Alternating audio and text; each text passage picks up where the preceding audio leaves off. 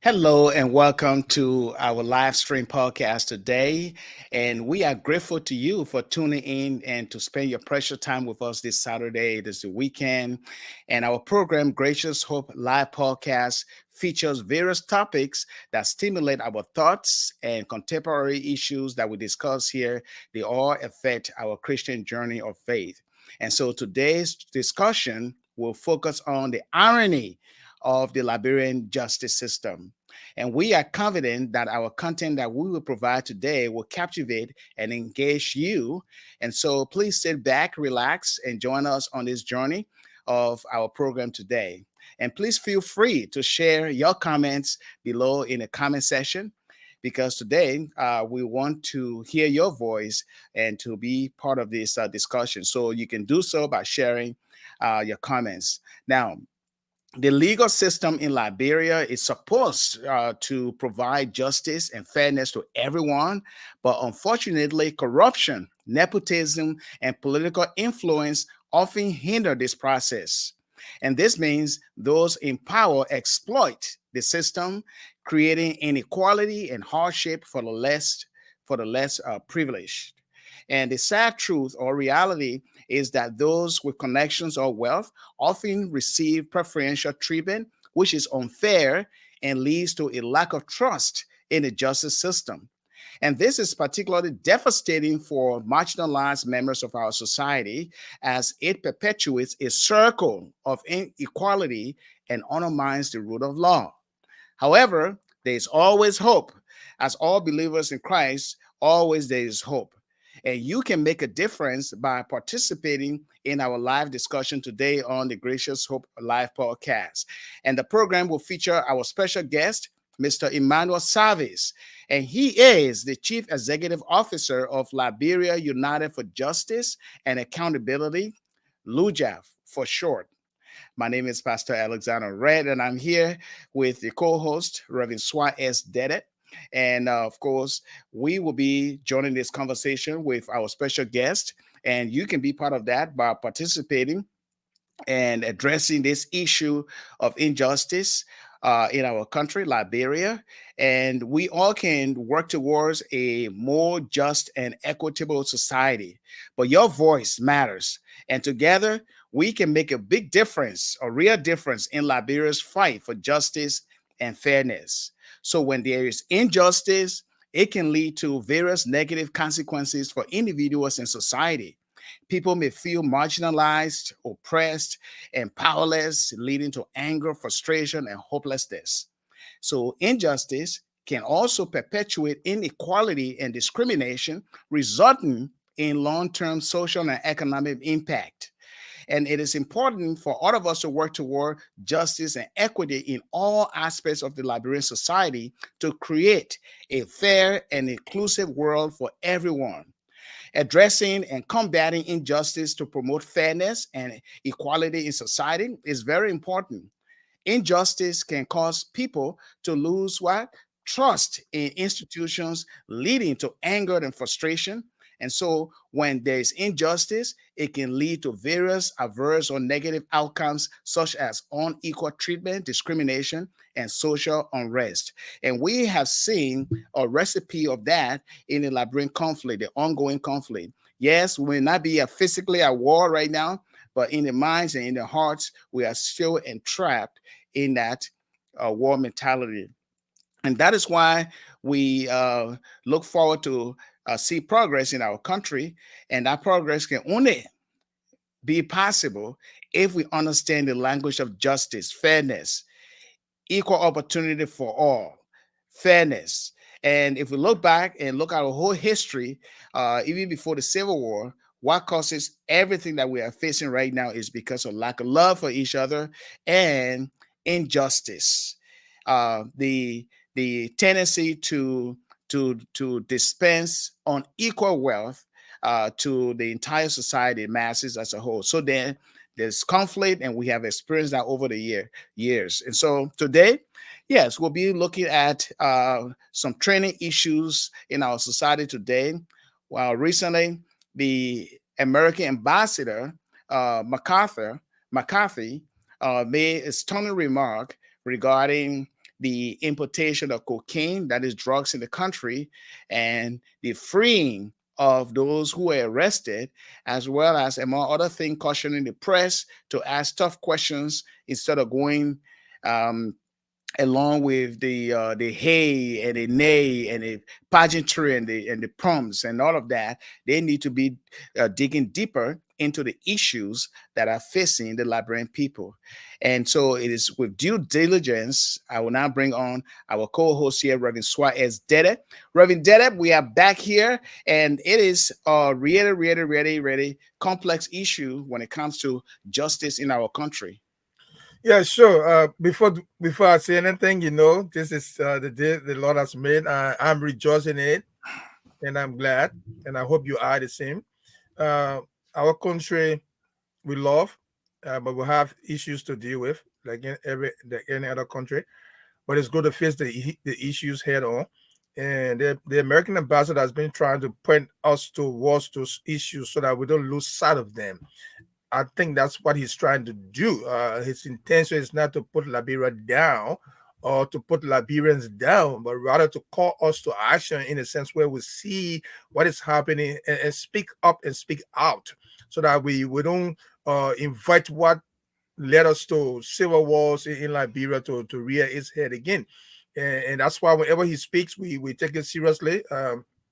Because he's speaking to the issue. He's not just discussing personalities as other people would do, but he's trying to look at the real issues that we are faced with so that we can work towards resolving these issues. And that's what his recent statement is all about, discussing the media, politicians, the Femiton declaration that was signed by political parties a few months ago.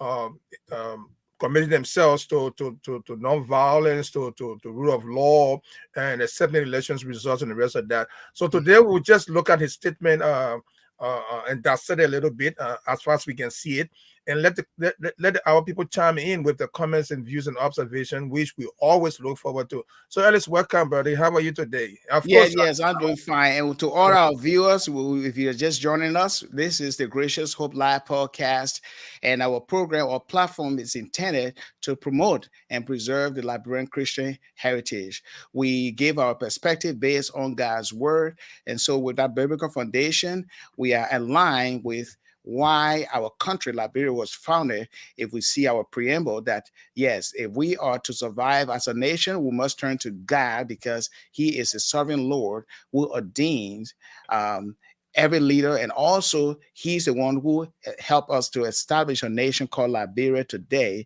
In other words, a land of liberty. But are we ready enjoying our freedom? Now, justice comes in the forefront, because without justice, there's no peace. And a lot of people are crying in our heart right now for injustice. They experience directly or indirectly, could be the family members in the past during the war, and even up to now in the court system. So then we will be delving into our justice system to see the irony of our justice system. What are some of the pros and cons that we can pick up to see the gap and to see how best we can all work to foster a unified society? And so our guest is here today, Mr. Emmanuel Savice. He's a justice advocate, and he will be our guest here today. But before we get to him quickly here, Reverend Deddeh, let us make sense of what this ambassador has been talking about, prodding the Liberian government to do better. And he is very straightforward in his language, and some people feel very unsettled in the way that he expresses his concern about Liberia's health, the entire country. But I don't see anything to be unsettled about. He's speaking to the issues that confront us. And it's always good, at least, to look at the issues and deal with them. Don't sweep them under the rug. And if you have a friend indeed who takes your country seriously, who takes you seriously, and who wants to see the best for your country, and I'm speaking about Ambassador McCarthy, is to listen to what he's saying. I have not heard him saying so far, at least, correct me if I'm wrong, discussing people. And when I say people, personalities. Rather, he looks at the issues and bring the issues to the forefront. So his recent statement is just one of those statements that tries to bring the issues up front. I look at the statement, I listen to the video, I watch the video, and I took few notes from there. And for those of you who don't know Ambassador McCarthy, he's been here. I mean, not here. I mean, in Liberia as an ambassador since January 22nd, 2021. He's been there for a while now. He was nominated by President Donald Trump in November. In June 2nd, he was nominated, and he was confirmed on November 18th. So he's a career foreign service officer. So that means he's way there in a high tier of the foreign service. So he knows what he's talking about. He served in South Africa and other countries around the world. So he's speaking from an informed position where he's bringing the issues so that we see them and try to make amends or fix them before they get out of hand. One of the issues he mentioned recently was the issue at Prince Johnson's church about 2 weeks ago. He called them back, the politicians' attention to the Farmington Declaration, where all of them agreed, they signed a document to have peace in the country, to respect the rule of law, to accept the elections results, and all those things. So he's reminding them that they should not lose sight of the Farmington Declaration, because the Farmington Declaration, they signed it, and they should adhere to that declaration, because if they don't pay attention to the letter of the declaration, it was a waste of time signing that declaration. So he's calling the attention. Let me just go back to what he says here. He reminds political leaders of the Farmington Declaration, the Farmington River Declaration, to prevent violence. I'm looking at the notes I took from that video. To prevent violence, to cooperate with law enforcement agencies, expand voters' education, and avoid inflammatory languages and disinformation. Okay, and the recent issue that happened at Prince Johnson's church, it was something that he see to be inflammatory, that would lead to violence if Prince Johnson had not calmly walked away from the situation. He does not want that to happen. In fact, he said he called politicians to not allow that nonsense to happen again. He used the word nonsense. Nonsense. Yes, he used the word nonsense. So it was a strong word, but the word meant to get the attention of politicians or whosoever were involved in that, to not repeat that nonsense that happened 2 weeks ago in Liberia, where the services were disrupted by people who claim to come from political party. Yes. They said it for NPP. Yes. CDC. So it was clear. It was clear that they went to answer the call of Prince Johnson. That's what they said as we watched the video, Alex. So the ambassador is saying that nonsense should not happen again.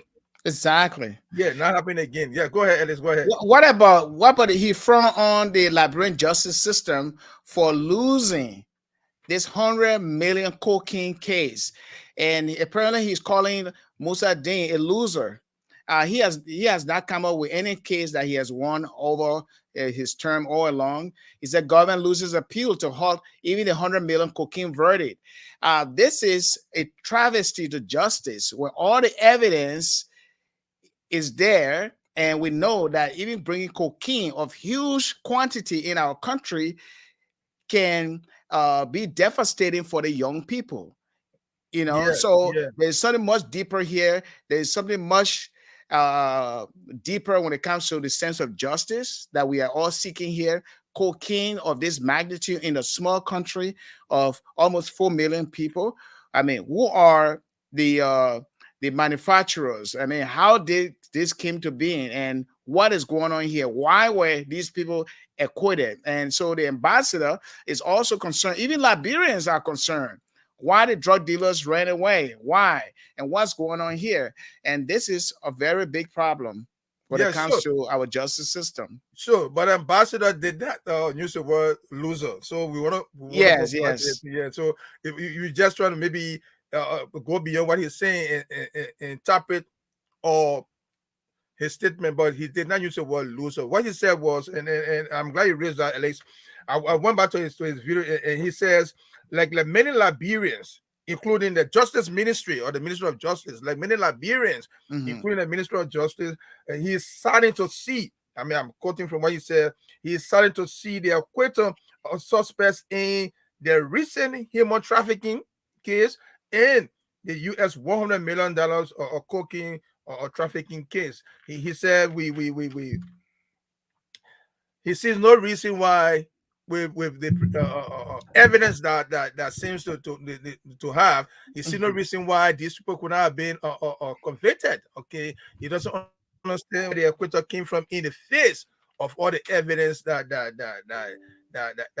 they had. But then he said, and I want to be clear on that, he's not second guessing the judiciary or the jury, okay? Because he's not privy to the defenses and the prosecution or things they have. But he's seen it from a general perspective where the international criminal cartel might see this as the country that does not enforce law and order, and they might Mhm. want to keep coming back to this country to do what they try to do, and they went scot free. That's what he was trying to say. So you can go ahead, Alex. Okay, great. And looking at the press before we get to our guest here, Mr. Emmanuel Savice, looking at the press, he also frowns on the press, or he urges the press to do more probing in their journalistic work, because Great. nowadays we have a lot of people on social media claiming to be journalists, and we know that they don't probe, they don't look search for the truth, they don't look at the who, where, how, and what is going on here to properly analyze each case. And so then the Liberian electorate is confused in every way. And so then he says real journalists should now stand up and be looking into the issue by probing much deeper, looking at what the candidates bring to the table, not just glossing over the facts. Wonderful, wonderful. And he went beyond the media. He said he urges the media institutions and integrity organizations. That means civil Yes. society, other groups that are in civil society. It could be the bar association, it could be the medical association, it could be those people who have credibility.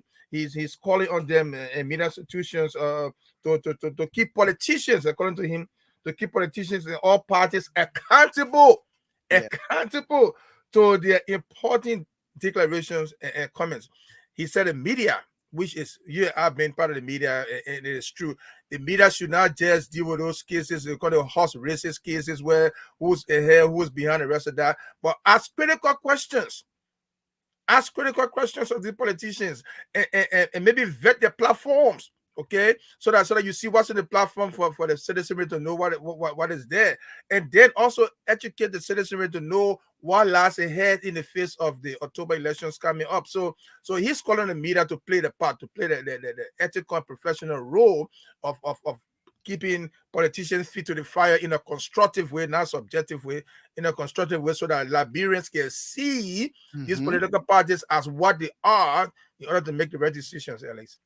Great, great. Okay, and our guest will be coming up here soon to give his perspective on the issue of Liberian justice and how we can pretty much see both the odds and the future of our justice system. And he'll be here soon. So make your voice heard, okay? Make your comments below. Say what is on your heart and be part of the discussion. And as we do so, or as you do so, we'll be glad that you did. So then we will be right back. Please don't go away. We'll be right back.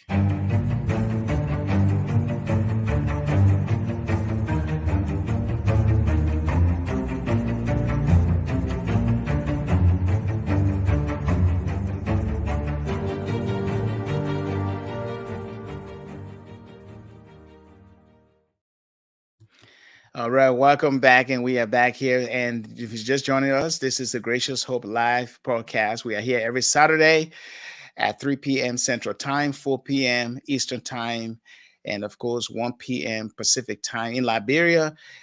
Yes, you can get us at, I believe, 8 p.m. or 9 p.m., if I'm not mistaken.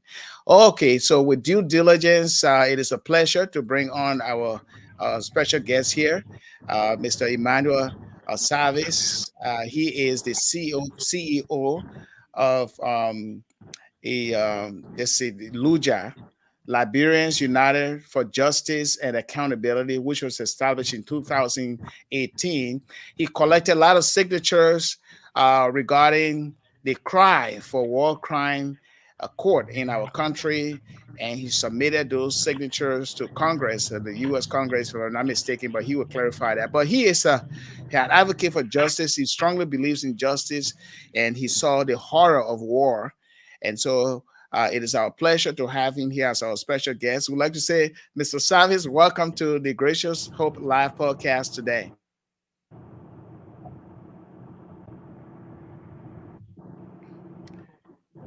His screen is frozen.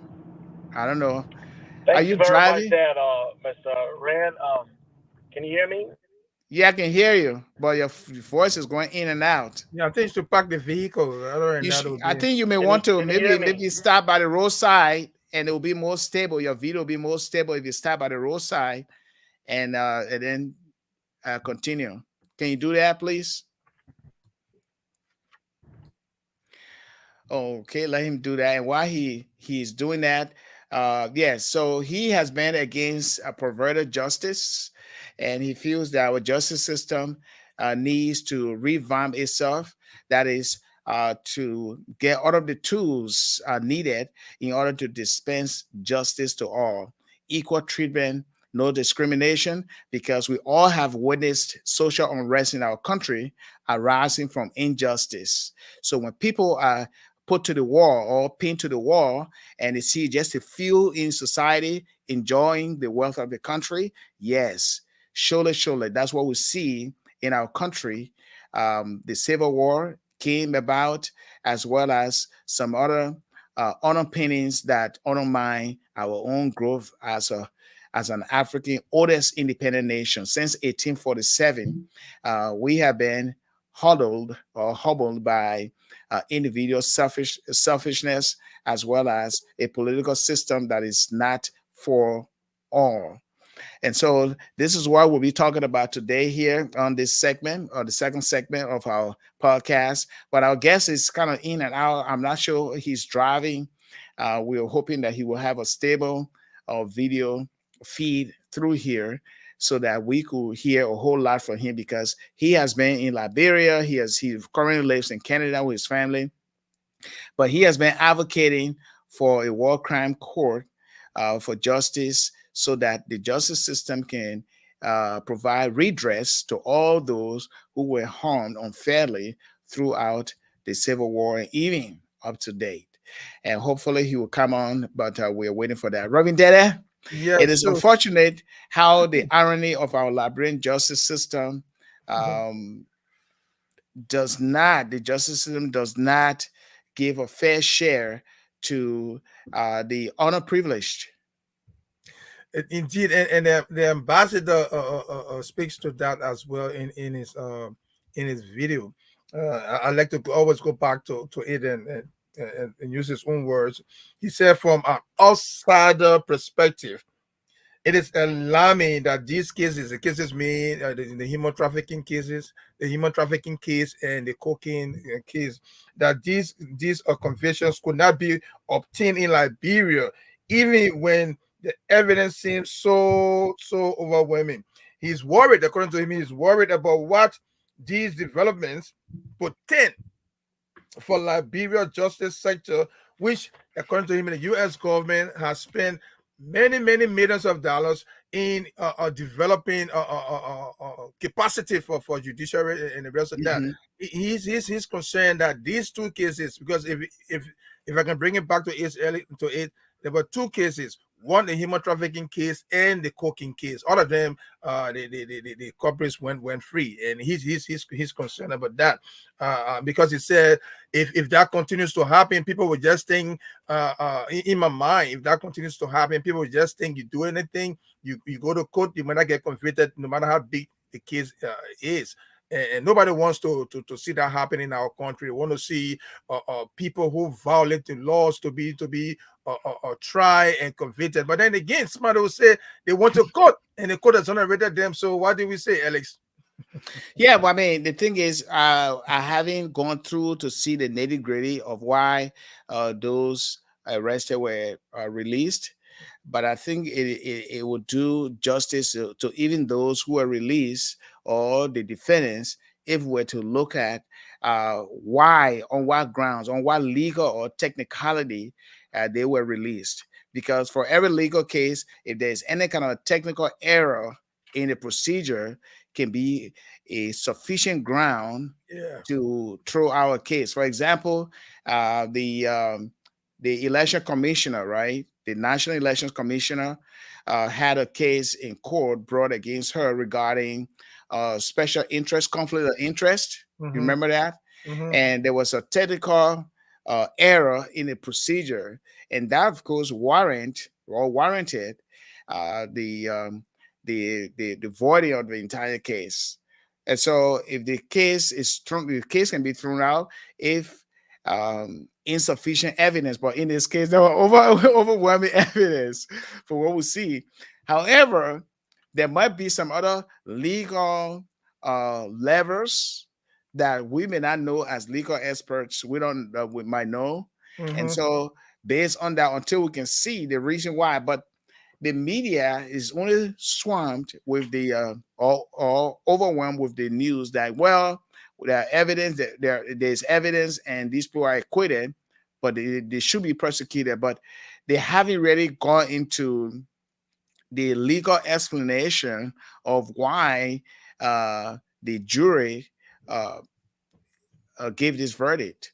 Some Yeah. may say, well, they were bribed and all of that, but we don't have any evidence of that. Sure. So I agree with you, and that's why I keep going back to what the ambassador said recently, because he said why he said he hesitates to second guess the judiciary. So I think you're saying the same thing that he's saying. He doesn't want to just second guess the jury, because they might have seen things that he didn't see, or seen things that we don't know about. So if that's the case, then those things that they see that we don't see should come to the public's glare, so that the public begin to draw her own conclusion or its own conclusion to see, oh, okay, these were the evidences that existed. That's why the cases were not acquitted or occur in the cases. So Mhm. until that happens, we don't know, but they were acquitted. That's what the bottom line is right now. Yes, yes, they were acquitted. And our guest is still finding it troubling to come through. Hopefully, we are hoping that he will, be at a stable place where he can, come in with his video stream or encoder so that we can furthermore discuss about what it means to be a recipient of justice and what it means to advocate for justice and what it means to feel discriminated and what it means to be unequally treated in a society, and what it means to suffer under social arrest because of the bad decisions of the few. And we know there's always hope, as we said, and biblically speaking, all Christians know that when it comes to the society as a whole, we are to be law abiding. Mhm. However, when we are treated with injustice or treated unfairly, yes, we have to make our voices heard Mhm. so that justice uh, prevail, so that justice can prevail. Yeah, I But agree. now, in this case, when it comes to not just the recent cocaine case, but there are some other cases that we can look at. For example, the killings. Okay, we have seen people brought to court. We have not seen the outcome in a way. For example, the Musu Scott case. Okay, let me bring her on the screen here. This lady, her daughter was killed in their home. Okay, an intruder came in the home and killed this woman's daughter. And up to now, we have not seen any definitive answer, or we have not seen the entire issue addressed so that this woman, she is the former Chief Justice of our country, of our judiciary system, and now she is still seeking justice for her daughter who was killed by an intruder who intentionally, or as we heard, uh, they were after the Chief Justice, they were after her, but her daughter came in the way. And that is the account that we are hearing. But hopefully, we still look forward. We still look forward to see justice prevail in every way. Reverend Deddeh, I on this agreed. Scott issue. I definitely agree with you. And my concern, at least from where I sit, is that if this happened to the former Chief Justice, and up to now, the investigation is inconclusive. Inconclusive because we don't know what happened, who has been arrested, to what extent, whether the person has been placed on trial. We don't know. Now, this is the former Chief Justice, Ellis, the former Chief Justice, her daughter. Bring that to a common citizen. Okay, we might not have even heard about it had it been a common citizen. We heard when the two sons of the former president, Stober and Tubman, were killed. We don't know what happened up to now. No investigation, no update from the police and law enforcement. We don't know. Nobody's trying to unnecessarily or unduly criticize the law enforcement because we are not behind the scenes to know what's going on.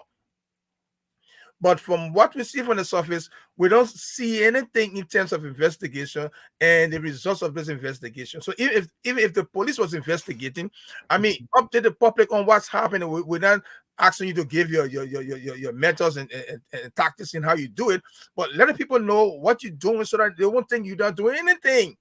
Okay, so the Chief Justice case is still hanging. The two sons of the two former presidents stay hanging. We don't know what happened. The auditors stay hanging. We don't know what happened. So somebody will ask the question: what is the law enforcement plus the judiciary doing about law and order in the country? That is the question some people ask, Ellis. Yes, that's the question. And even the ambassador brings it out. The police is underfunded. No operational funds for police. What breeds corruption? So if you have a security apparatus that is not well funded and well trained, that's what happened. So lack of adequate operation funds, lack of adequate operation funds means what? Police officers have to request money from those who complain to what carry out request, and it is a travesty of justice right there. Because if I have to pay you as a policeman in order for you to arrest the person who inflicted harm on me, then it is an imbalance right there. It questions the credibility of the justice system. So then, if we look at our justice system, the question is, do we really trust our justice system, our institution of justice, the entire judiciary, which includes the courts, the Ministry of Justice, the police, the national security apparatus? It's a matter of trust where it is at right now. And our guest, as we still wait our guest, there's still struggle in the back here. But however, we'll continue the discussion until he can make his way in here. Reverend Yeah. Deddeh. Yeah, so again, some of the things we've heard, we cannot verify, but we discuss them because when more than one person say the same thing, there's smoke somewhere. It might not be too much fire, but there might be smoke somewhere. I've heard Liberians, some Liberians talking about the court system, especially the law enforcement, where they have a case run to the police depot, and then the police depot commander says, "Buy our gas to go and do our work." It speaks to what the ambassador said. If the police is underfunded, you are asking for corruption. Okay, these people are men and women who I believe want to serve their country. Let's give them the benefit of the doubt.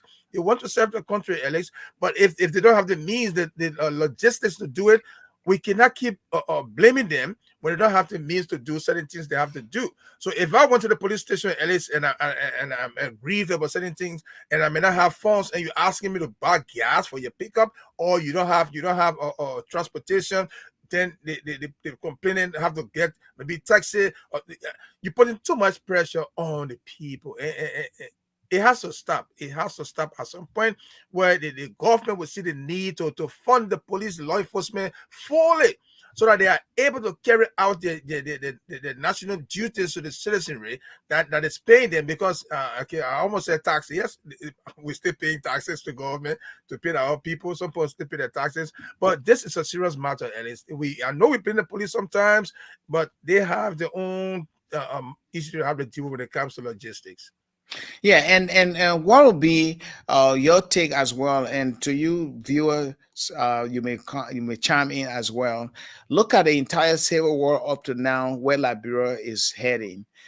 Do you think those who were harmed unlawfully in the past throughout the civil war, inflicting harm on these people, do you think they really deserve justice now, or is it like, okay, let's bygone be bygone, and let us move on? What is your take? Do you think that it is necessary for to establish a court so that we can bring victims in to have um, those who are affected unfairly to receive justice? And or do you think the way that it is going right now, where some of the commanders of the war who fled into other countries, they were later on sought out and then they received justice? For example, recently in Sweden, there was a former warlord who was convicted of crime against humanity. We also heard that story in the Philadelphia area, maybe 2 years ago or 3 years ago, about a former fighter who was also convicted in foreign court. But when it comes to our own Liberian court, we haven't seen nothing like that yet. Yeah, I think I heard about the Tom Wowo case too, but may so rest in peace. I don't know whether he was convicted or what, but he was No, also, no, yeah. he wasn't. Okay. Uh, So yeah. yes, go So ahead. the issue of the war crime or tribunal or war or court, any way we want to name it, to dub it, is something that the international community will work on, because if you look at the court in The Hague, okay, where our former president is being now tried. In fact, not just tried, but convicted already for 50 years. I mean, in jail for 50 years. That was the outcome of outcry for people for the international community to get involved in a situation where culprits of the law, perpetrators of the law of the war, would not just go scot free, but rather be brought to justice. The TRC, when the TRC was funded and they had all this hearing, the rest of that, the conclusion was the war crimes court, Mhm. so that those who are accused will have the day in court. And for me, that's how I see the war crime court. Those who are accused will have the day in court to say, I did not do it. No, they lie on me. Or yes, I participated in this one, but not to the extent that I'm being accused of. I think the war crime tribunal is a win-win if we look at it from the perspective of where the accusers will have the day in court, and those who are accusing will also have the day to say you did it, and then the accuser will say no, I didn't do it, and then at the end of the day, the truth comes up. That's how you're going to build a win-win situation. So people who just go against the war crime tribunal for reasons known to themselves, I don't know how they see it, but I see it differently. So, Alice, how you see it yourself when it comes to the war crime court? Well, if I see people still nursing their grudges and their grief due to the unfair or unwarranted infliction of pain and suffering on that particular family that exists today, I believe there should be a redress, but it should be done in a fair way, where people will be treated, both the victims and those that are accused, the defense. They should have the due process of law. They should have the rights to make that case, and then adjudication of the case can bring an end to that. Because um, if there's no justice made against those who perpetrate the heinous crime, then there will be dissatisfaction. And so in our society today, that's why we see many of our advocates, they tend to advocate for justice because they know there are still victims who cry every day, and they Mhm. cannot allow that stain of unrest and that stain of trauma still in our head. It's like an old tape playing over and over of what they did to their mother or their dad or their family, who had indiscriminately, you know, um, treated unfairly among the rest of the people.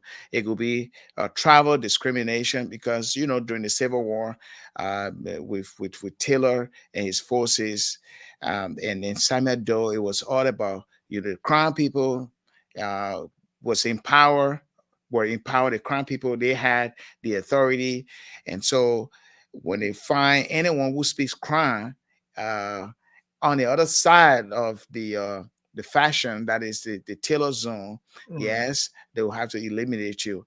And we saw that. I saw that before my own eyes, killing people because of whether they are crime and they can, or whether they were affiliated with the government or maybe government official or family member, and people die because of that.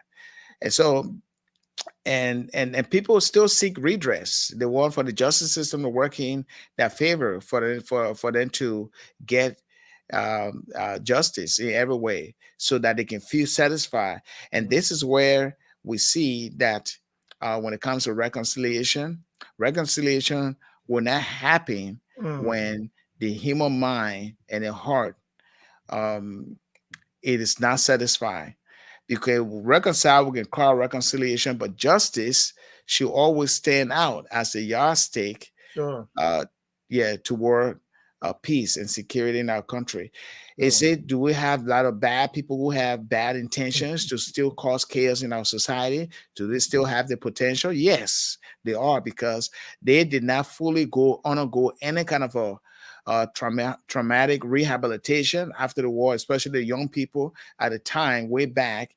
Now, 15 years later on, they are men and they have families, they have children, and they have a mindset or mentality to use force by all necessary means, to use force in order to get that way.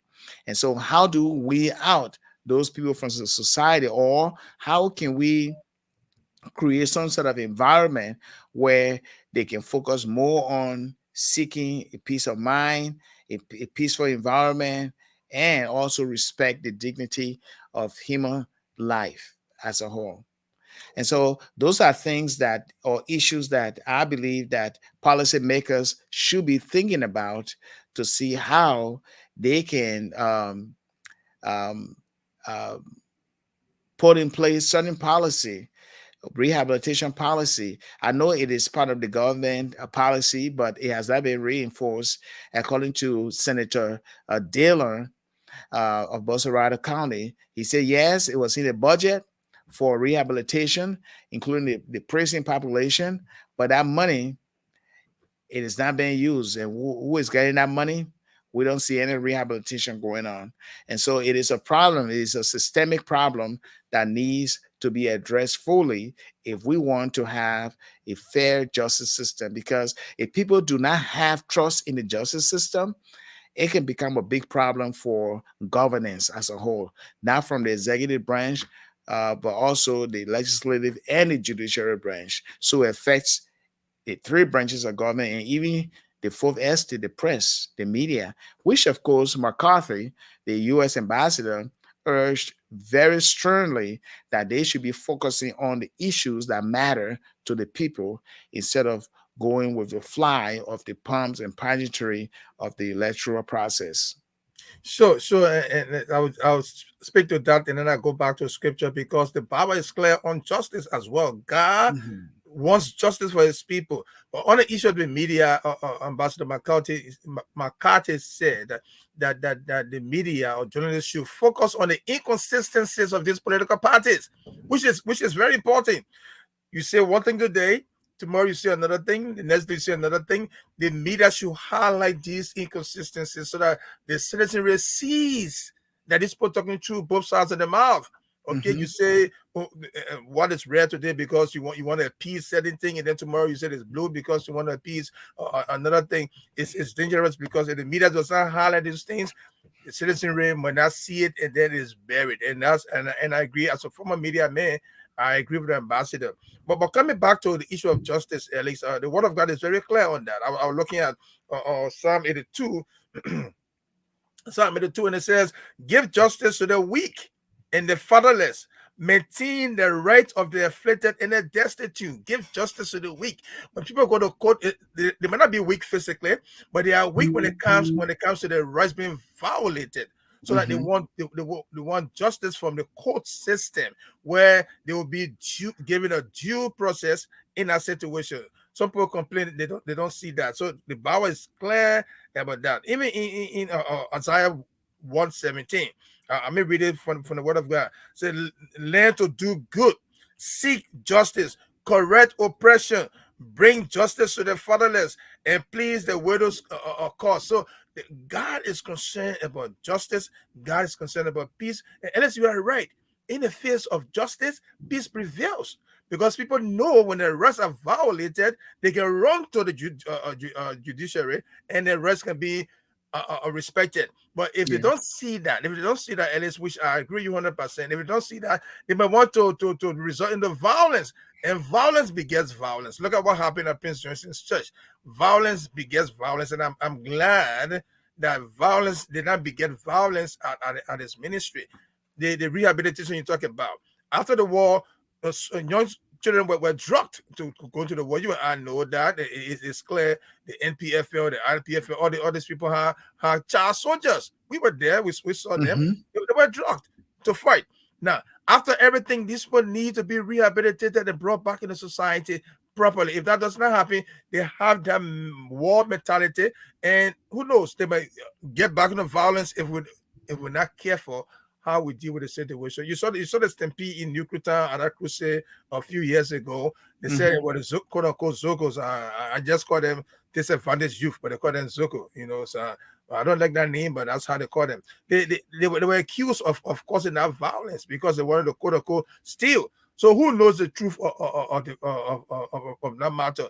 We need to focus on the main things that will keep our country afloat, politically, democratically, economically, socially, medically, all the different issues that we are confronted with, Alex. Yes, yes, and that's true. And if you're just joining us, this is the Gracious Hope Live podcast. My name is Pastor Alexander Ray here, along with Reverend Suah as Deddeh. We are always here on the weekend, and we talk about contemporary issues. And today we're focusing on the irony of the Liberian justice system. And of course, our guest could not make it in because of some video feed that should have brought him in a studio to be more stable. Apparently, he's driving, so we're expecting for him to have a very stable video feed, and so he's unable to appear because we are almost out of time. We got like what 10 more minutes on this program. Yeah. But well, what we are talking about here, you can be a part of it by discussing this and also sharing this video because you can help address this issue of injustice, and then we all can work toward um, and a just and equitable society because your voice matters. Your voice matters because together we can make a real difference in Liberia's fight for justice and fairness. And when there is injustice, yeah, it can lead to various adverse consequences, okay, for both the individuals and the society. And we have seen that in our country for a long time. Because of injustice, that's where we end up today.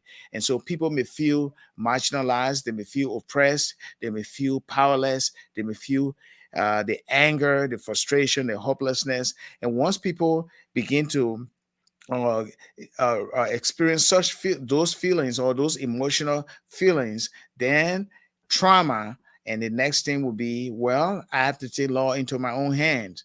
And that's how we see people uh, uh, take law into their own hand and they commit heinous crimes and then violence. And then because there's no injustice, because injustice can also perpetuate inequality and discrimination, and it can result in a long-term social and economic impact. And that is what our country is facing today. We are facing this problem today because people do not have a sense of justice. God has wired our DNA with the sense of justice because justice is an attribute.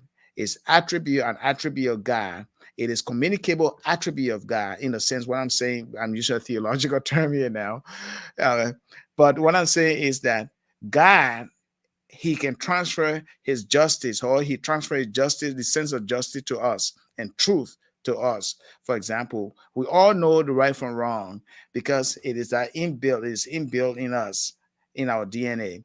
God built also the sense of justice to know what is fair and unfair because why? He attributed that to us. But our God is also a God of justice. So when the scripture says God made man into his own image, or let us make man like us. Yes, He built some of his attributes into us, even though he's holy and apart from us, in a sense where he's a holy God, he's eternal, he's infinite, and he's omniscient, he's omnipresent, and we cannot match him every way. But he has given us certain ability, and we are capable to use some of the attributes that he has given to us to live and create society and order as we can see in the world today. And so at times we tend to ignore the truth that is built in our DNA because of our own selfish ambition, our own pride getting in the way, and then we don't have want to um, experience the punishment from treating other people with the treating other people unfairly. And because we want to avoid that, sometimes we lie, we concoct plans to avert that. And that is what happening in any justice system, and even our justice system today, regarding even, for example, the cocaine case. 100 million of worth of cocaine brought in the country. That should be something that the government should do everything possible to ground those that are responsible. But then in the end, we see injustice came up. And who knows, that might have been happening in our country for a long time. Drugs have been coming our country for a long time. Human trafficking going on, trafficking going on. But how can it be averted? Well, do we have a strong justice system? Now, what we see so far, when 100 million drug case out of the window, and the defendants, why they fled the country after that, and they demanded that the government pays the defendants $100,000, over $100,000, right? Correct? That's what I'm hearing. Yeah, that is a travesty. But this is all a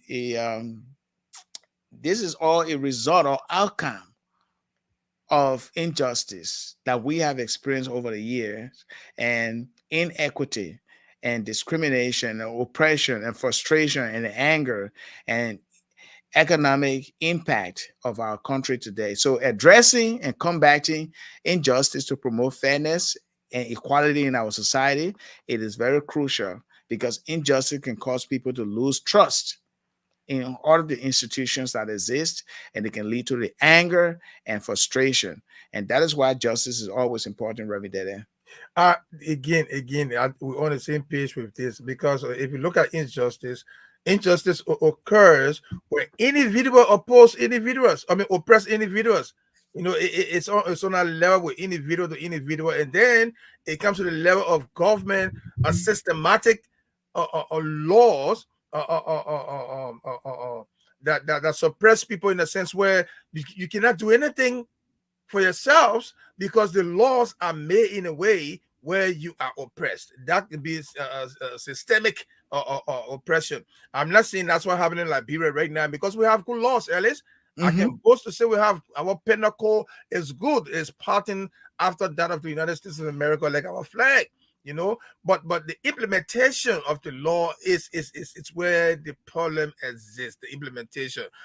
Do we have good judges? I believe we have good judges. Do we have a sincere police officers, Ellis? I say yes, we have sincere police officers. But the sincere one and and those who are not sincere, the ratio is what counts sometimes. If the sincere ones are less than those who are unsincere, then it's a problem. So what are we seeing, Ellis? In the face of oppression, it comes both sides. It comes from people to people, and the system to the people. How do we deal with that? If we have system that can vet itself, system that will take care of itself, system that will question itself, system that will take in a retrospective look and internalize what's going on, you have to make amends. And how do you do that? You listen to the voices like Ambassador McCarthy and other people who, or like Savice, who could not come out today, other people who see things differently. Hear from them. Don't see them as people who are opposed to progress. We call them enemies. I know enemies of progress, as some people call them. The moment you criticize, the moment you see things the other way, you see blue instead of black, you are enemy of progress. You're not necessarily enemy of progress. Those who criticize you unduly are the enemies of progress. But how do you do it, Ellis? Is to be mindful that we have only one country. We cannot afford to go back to where we've come. And how do we keep ourselves on the road to peace? Is to look at ourselves, criticize ourselves, scrutinize ourselves, and make sure we don't go back to the dark days that we are running from. We suffer it. You were there. Yes. I was there. We suffer it. We don't want to go back to that time, Alex. Nobody wants to go back. We want peace right now but peace can only prevail when we not only just have the sense of justice and cry out justice, but actually implementing justice. And just how you made a point very clear, enforcement of the law on the books. That's where the problem is. Enforcement, to enforce a law fairly to each individual who cry out in the justice system, because injustice can breed frustration and trauma. And that is what our country is going through right now. And hopefully, we all can prevent that by staying true to our moral values and principles upon which our country was founded. And also, our faith that we stand for or we profess to have in Christ Jesus. We're a nation of people, predominantly Christian, but however, we must allow our values and morals to manifest itself in our interaction, interpersonal actions with people, and both in our capacity or position or authority, as well as in the capacity of a neighbor in a neighborhood or in our immediate community as a whole. And so, well, that is where we will end our podcast today. Our guest could not come in because he is going through some, as you saw on the screen, 3 or 4 times he came through, but he couldn't get the right feed or the stable video so that he could share his knowledge about his experience when it comes to gathering signatures for a war crime code in Liberia, and also his advocacy for justice, and why does he believe that justice is the way that we can bring about reconciliation and true healing of our country. But however, we are hoping to have him here maybe next time in the future, and we'll take a look at his perspective. Reverend Deddeh, any final word before we depart here? Yeah, so somebody text me, Alex. I wish they had texted general viewers. And the question was, what is injustice? What is injustice? That's the question from the text.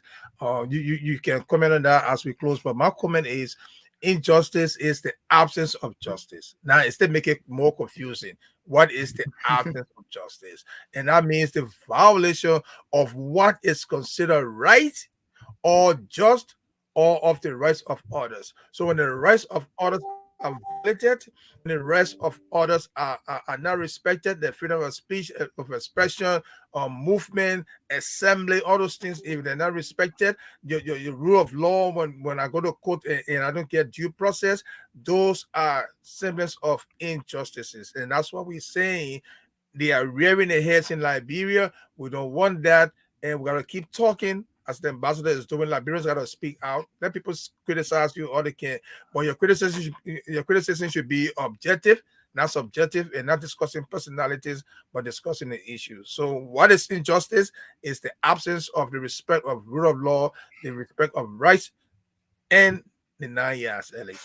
Okay, in just a simple term, let me make it more practical. So if I were to come and snatch your wallet away, you have your money in there, you have your credit card, and then I run from the scene, and you know me and you see me, you might have taken a video or maybe a picture of me, and you go to the justice system, said, "This man stole from me, and I need justice. I need my wallet back, and I need for you to pay for the pain, the emotional pain that I felt, the trauma and the cry, and all the time that I wasted. I couldn't go to work.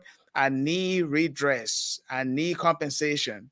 And the judge looks in your face and tells you that, "Hey, okay, you got your wallet. Okay, your wallet is back. Okay, take your wallet. Okay, you can go. You don't have to pay for anything." Will you see that as fairness?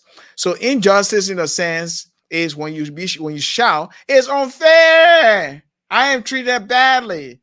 It is unfair to me." That sense you feel that somebody violated your right. That's injustice. I hope I explained it in a more practical way. That's injustice. When you feel that someone violated your rights or violated you, that's injustice. When you feel that you are treated unfairly, that's injustice right there. And so this is what we've been talking about. Okay, then this is how we close our podcast for today. This is a Gracious Hope Live podcast. We are here every Saturday. We'll be back here next Saturday, the same time, 3 p.m. Central Time, 4 p.m. Eastern Time, 1 p.m. Pacific Time. In Liberia, will be 8 p.m. GMT. And my name is Pastor Alexander Red and Reverend Deddeh. Hope you enjoy the weekend. We'll be back here next week. May you all have a pleasant day, and may you all have a great weekend. Enjoy and with your family, and please share this link, okay? Until then, from our end, goodbye for now.